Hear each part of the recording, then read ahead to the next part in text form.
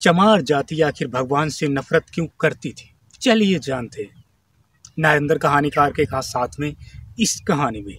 कहानी को सुनने से पहले चैनल को सब्सक्राइब कर लेना है, बेल आइकन घंटी को ऑन कर देना है और नरेंद्र कहानीकार की कहानियों को सुनते रहना है और ऐसी जानकारियों को पाते रहना है कि हिंदू धर्म सबसे छोटे वर्ण में चमार जाति को रखा गया, सबसे छोटे वर्ण में रखा गया। हिंदू धर्म में 4 कैटेगरियां बनाई, एक ब्राह्मण, एक शूद्र, एक वैश्य, एक। उसके बाद इसको इतना ज्यादा अपमानित किया जाता है शूद्र कह के, इसे मंदिर में भी जाने नहीं दिया जाता और आपको अपमानित भी किया जाता था, आपको अपमानित भी किया जाता था। आपके घर में देवी देवता भी नहीं आ सकते थे, इस बात को जानते थे। इस बात को जानते हुए भी भगवान को मानना, अब भी भारत के काफी सारे चमार ऐसे हैं जो भगवान को मानते हैं। कितने लोग हैं कमेंट करके बताओ नरेंद्र कहानीकार, कितने लोग हैं वो कमेंट करके बताओ।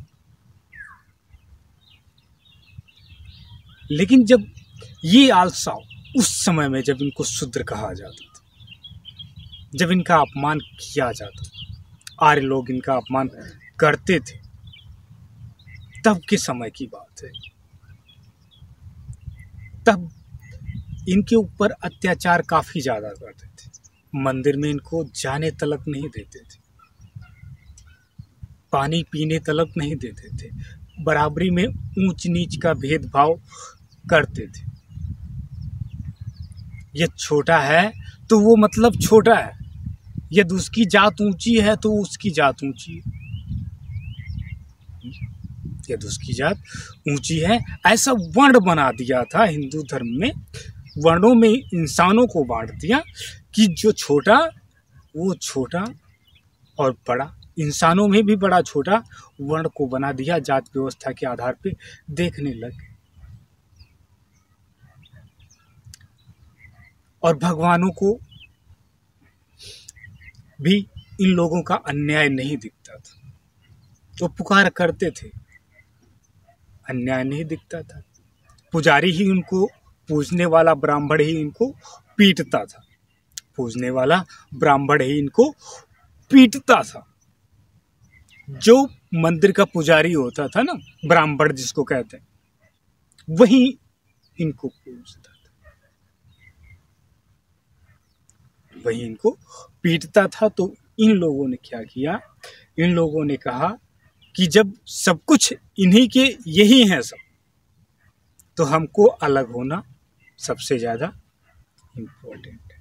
इसीलिए चमारों ने भगवान से नफरत करना चालू कर दी। डॉक्टर BR अम्बेडकर साहब ने हिंदू धर्म को छोड़ करके बौद्ध धर्म अपना लिया और भारत देश के काफी सारे चमार अब तो जागरूक हैं, पढ़े लिखे हैं और सभी चीजें जानते हैं और सभी कुछ मानते हैं भगवान से। इसीलिए ये सभी लोग नफरत करने लगे। वैसे कौन कौन अच्छा नरेंद्र कहानीकार को बताएगा भगवान है या नहीं है, कमेंट करके बताना इस कहानी में। चलिए फिर से नरेंद्र कहानीकार मिलते हैं नेक्स्ट कहानी के साथ में। तब तक के लिए आप अपना रखेंगे ध्यान, अपने परिवारजनों का रखेंगे ध्यान। ये नरेंद्र कहानीकार फिर से मिलेंगे नेक्स्ट कहानी के साथ में। तब तक के लिए प्यारे मित्रों, आपको नरेंद्र कहानीकार का नमस्कार।